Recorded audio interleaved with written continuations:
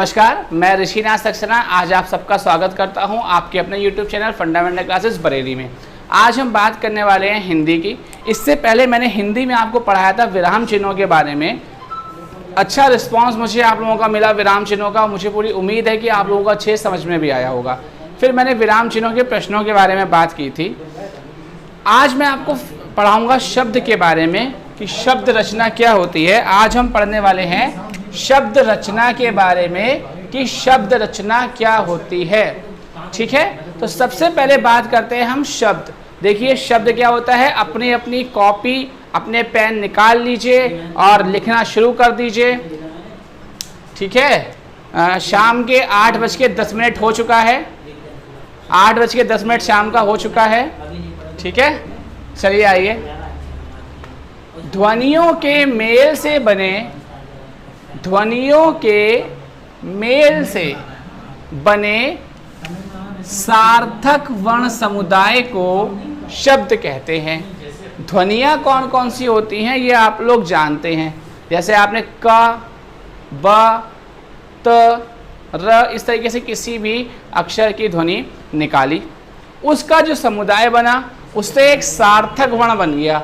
सार्थक वर्ण मतलब जे ऐसा वर्ण जिसका कुछ अर्थ निकल रहा हो, जिसका कोई अर्थ बन रहा हो, या ऐसा शब्द मिलकर तैयार हो जाए वर्णों के मेल से जिसका कुछ अर्थ बन रहा हो, उसे हम क्या कहते हैं? उसे हम शब्द कहते हैं।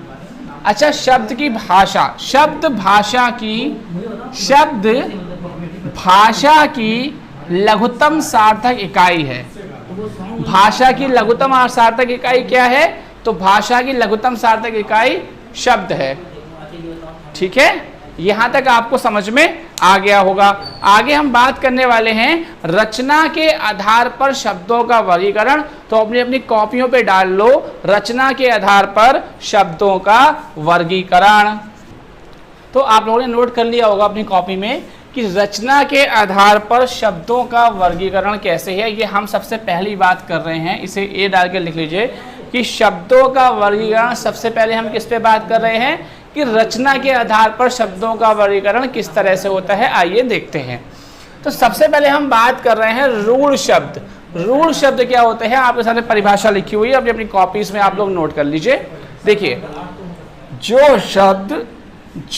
शब्द एक अर्थ विशेष या वस्तु विशेष के लिए अपने मूल रूप में प्रयुक्त हो और उनके सार्थक खंड ना हो सके उन्हें रूढ़ शब्द कहते हैं या रूढ़ शब्द कहलाते हैं। जैसे हाथ, पैर, कुर्सी। अब हाथ जब एक साथ लिखा हुआ है, देखिए कैसे, हा और था। जब हाथ, हा और था मिलकर एक साथ लिखा हुआ है तो इसका सार्थक शब्द बन रहा है कि हाथ मतलब जो आपका ये हाथ है, इसका मतलब हाथ होता है। इसको आप अपने खाने के लिए प्रयोग करते हैं, लिखने के लिए प्रयोग करते हैं, जो आप इस समय कर रहे हैं। अब अगर मैं इसका खंड कर देता हूं, हा और था, क्या अलग अलग इनका कोई सार्थक खंड बन रहा है? नहीं बन रहा है। तो ये रूढ़ शब्द कहलाते हैं और सार्थक खंड के नहीं हो सकते। अगर ये मैं खंड कर दूं तो इनका कुछ अर्थ नहीं रह जाएगा। हा हो जाएगा और था ही रहेगा। ठीक है, तो इनके सार्थक खंड नहीं हो सकते हैं। दूसरा हम रचना के आधार पर बात करने वाले हैं यौगिक शब्दों की। किनकी बात करने वाले हैं? यौगिक शब्दों की। देखिए, ऐसे शब्द जो दो शब्दों के मेल से बनते हैं। दो शब्दों को आपस में मिला दिया, वो मेल से जब बनते हैं और जिनके खंड सार्थक हो सकते हैं, मतलब अगर उनके टुकड़े भी कर दिए जाएं तो उनके टुकड़ों का भी अर्थ रहता है, सार्थक रहते हैं, उन्हें हम यौगिक शब्द कहते हैं या यौगिक शब्द कहलाते हैं। जैसे मैंने यहाँ पर एक एग्जाम्पल आपके सामने लिखा हुआ है, प्रधानमंत्री। अब प्रधानमंत्री दो शब्दों से मिलकर बना है। एक है प्रधान और दूसरा है मंत्री। ठीक है, तो अगर मैं इन दोनों को मिला दूं तो ये प्रधानमंत्री एक शब्द बन जाता है। ठीक है, और अगर मैं इनको अलग अलग कर देता हूं, देखिए प्रधान को अलग कर दिया, प्रधान प्लस मंत्री। तो इन दोनों शब्दों के अलग अलग हो जाने पर भी इनका जो अर्थ है वो स्पष्ट है, सार्थक है। देखिए प्रधान, प्रधान मतलब आप जानते हैं जो किसी कोई लीडर हो, प्रधान हो। अगर मैं सिर्फ अलग बात करूं मंत्री की, तो मंत्री आप जानते हैं, ठीक है। तो मंत्री का अपना अर्थ हो गया, प्रधान का अपना अर्थ हो गया, दोनों को मिला दिया हमने तो बन गया प्रधानमंत्री। तो प्रधानमंत्री हमारा कैसा शब्द हो गया? प्रधानमंत्री हमारा यौगिक शब्द हो गया, जो दो शब्दों के मेल से मिला है। और वो दो शब्द भी कैसे हैं? उनका खुद का भी अर्थ है। समझ में आ गया आप लोगों को? ये आप अपनी कॉपियों में नोट कर लीजिए। और आगे मैं बात करने वाला हूँ आप लोगों से योग रूढ़ शब्द के बारे में, तो आप लोग अपनी कॉपी पे योग रूढ़ शब्द डाल लीजिए आगे। तो अब आप लोगों ने अपनी कॉपी में नोट कर लिया होगा योग रूढ़ शब्द। तो हम किसके बारे में पढ़ने वाले हैं? हम पढ़ने वाले हैं योग रूढ़ शब्द के बारे में। देखिए, दो या दो से अधिक शब्दों के योग से बने शब्द जो किसी अन्य निश्चित अर्थ का बोध कराते हैं, योग रूढ़ शब्द कहलाते हैं। फिर से परिभाषा को देखिएगा, दो या दो से अधिक शब्दों के योग। तो जैसे चारपाई है, अब चारपाई में दो शब्द आ गए, एक आ गया चार और एक आ गया पाई, और हमने दोनों को मिला दिया।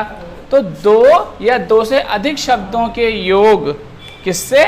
योग से बने शब्द जो किसी अन्य निश्चित अर्थ का बोध कराते हैं, योग रूढ़ शब्द कहलाते हैं। अब जैसे चारपाई को हम किस और नाम से जानते हैं? हम खटिया के नाम से भी जानते हैं। जो भी हमारे विद्यार्थी जो हैं ग्रामीण क्षेत्र से अगर आप लोग ताल्लुक़ रखते होंगे, या आप लोगों के घरों में भी चारपाई होगी, खटिया होगी, ठीक है। तो अगर मैं चारपाई बोल रहा हूँ तो ये योग रूढ़ शब्द है, दो शब्दों के मेल से बना है।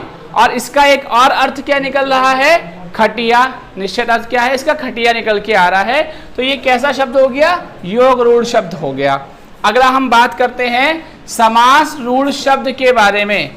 अगला हम बात करते हैं समास रूढ़ शब्द के बारे में। समासिक शब्दों में राहुल सर, सुनीता को बुला दीजिएगा। समासिक शब्दों में कुछ शब्दों का अर्थ रूढ़ हो गया है। समासिक शब्दों में कुछ शब्दों का अर्थ रूढ़ हो गया है, उन्हें समास रूढ़ शब्द कहते हैं। आप अपना कंसंट्रेशन पढ़ाई पे ही रखिए बिल्कुल। हमें कुछ कहना था अपनी टीम से, इसलिए हमने नाम पुकारा, उनका कुछ काम था। तो आप अपना कंसंट्रेशन पढ़ाई पे बनाए रखिए। यहाँ परिभाषा लिखी हुई है, सब अपनी कॉपी में नोट करते रहिए। फिर से देख लीजिए, समास रूढ़ शब्द। समास के बारे में हम आगे भी पढ़ने वाले हैं, पूरा चैप्टर होगा इसका लेकर, इसलिए यहाँ ध्यान से पढ़िएगा। समासिक शब्दों में कुछ शब्दों का अर्थ रूढ़ हो गया है, उन्हें समास रूढ़ शब्द कहते हैं। जैसे देखिए दशानन। अब दशानन को हम किस और नाम से जानते हैं? रावण के नाम से जानते हैं।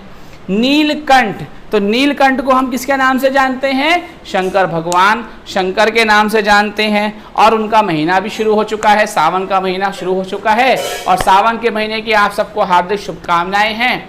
ये सावन का महीना आपके लिए खुशियां लेकर आए, भगवान नीलकंठ की या भगवान शंकर की कृपा आप पे बनी रहे, ऐसी मेरी आशा है। तो आज हमने क्या पढ़ा? आज हमने पढ़ा शब्द के बारे में, शब्द रचना के बारे में, और हमने रचना के आधार पर 4 शब्दों के बारे में पढ़ा। पहला रूढ़ शब्द, दूसरा यौगिक शब्द, तीसरा आपका योग रूढ़ शब्द, और चौथा आपका समास रूढ़ शब्द। तो रचना के आधार पर शब्दों का वर्गीकरण हमने पढ़ा है। कितने होते हैं? 4 होते हैं।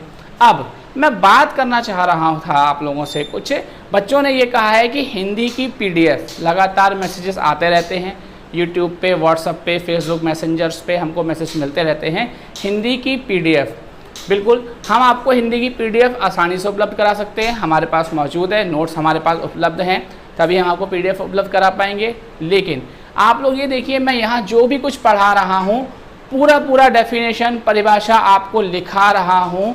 अगर आप इसको लिख रहे हैं तो उससे 2 फायदे हैं आपके। एक तो आपको PDF लेने की ज़रूरत नहीं है, प्रिंट कराने की आवश्यकता नहीं है, क्योंकि हमेशा ध्यान रखो, हम कागज़ ले तो लेते हैं, PDF करा तो लेते हैं, लेकिन कागज़ संभाल के रखना बड़ा मुश्किल है।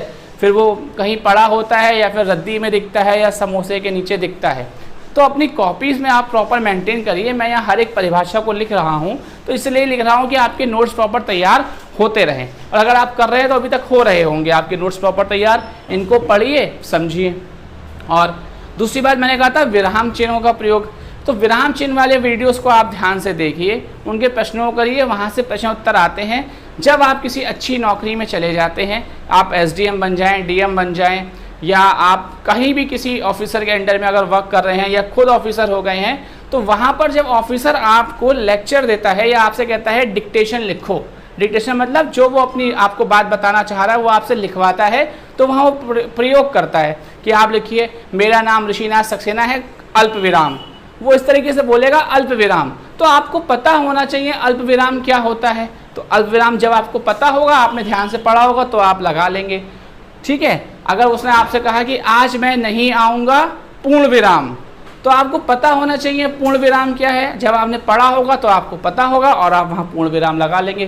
तो इस तरीके से कभी कभार डिक्टेशन होता है। या फिर अगर आप कहीं मिल रहे हैं किसी ऑफिसर से या किसी व्यक्ति से मिल रहे हैं, आपने कहा कि मैं कंपटीशन की तैयारी करता हूँ, वो हिंदी के बहुत अच्छे ज्ञाता हैं, जानकार हैं, उन्होंने कह दिया चलिए अच्छा ठीक है आप ये बताइए पूर्ण विराम क्या होता है। तो आपको पता होना चाहिए कि पूर्ण विराम क्या होता है, तो इसलिए वो वीडियो ज़रूरी है ना, ताकि आपको चीज़ें समझ में आएँ अच्छे से और आप उनको कर पाएँ अच्छे से, ठीक है। और दूसरा मैं आपको बताऊँ, अगर आपको बहुत अच्छा एग्जाम्पल देखना है विराम चिन्हों का, तो एक पिक्चर है शादी में ज़रूर आना। क्या है पिक्चर? शादी में ज़रूर आना। लोगों ने देखी भी होगी, लड़की उसमें एसडीएम बन जाती है और लड़का जो है वो डीएम बन जाता है, ठीक है। तो उसमें देखना एक सीन आता है जब वो लड़का मतलब जब डीएम जो होता है वो एसडीएम को डिक्टेशन कर रहा होता है, इमला बोल रहा होता है, तो वो यूज़ करता है पूर्ण विराम शब्द या अल्प विराम लगाइए मैडम या पूर्ण विराम लगाइए। तो अगर उसको नहीं पता होगा तो कैसे कर पाएगी। ऐसे ही आप लोगों के लिए भी यहाँ पर चिन्हों का, विराम चिन्हों का ज्ञान बहुत ज़रूरी है। तो उसको देखिए, उसके क्वेश्चन आंसर्स की वीडियोस को देखिए, लाइक करिए, कमेंट करिए, सब्सक्राइब करिए। धन्यवाद। हम आपसे कल मिलेंगे, कल बात करेंगे। Thank you.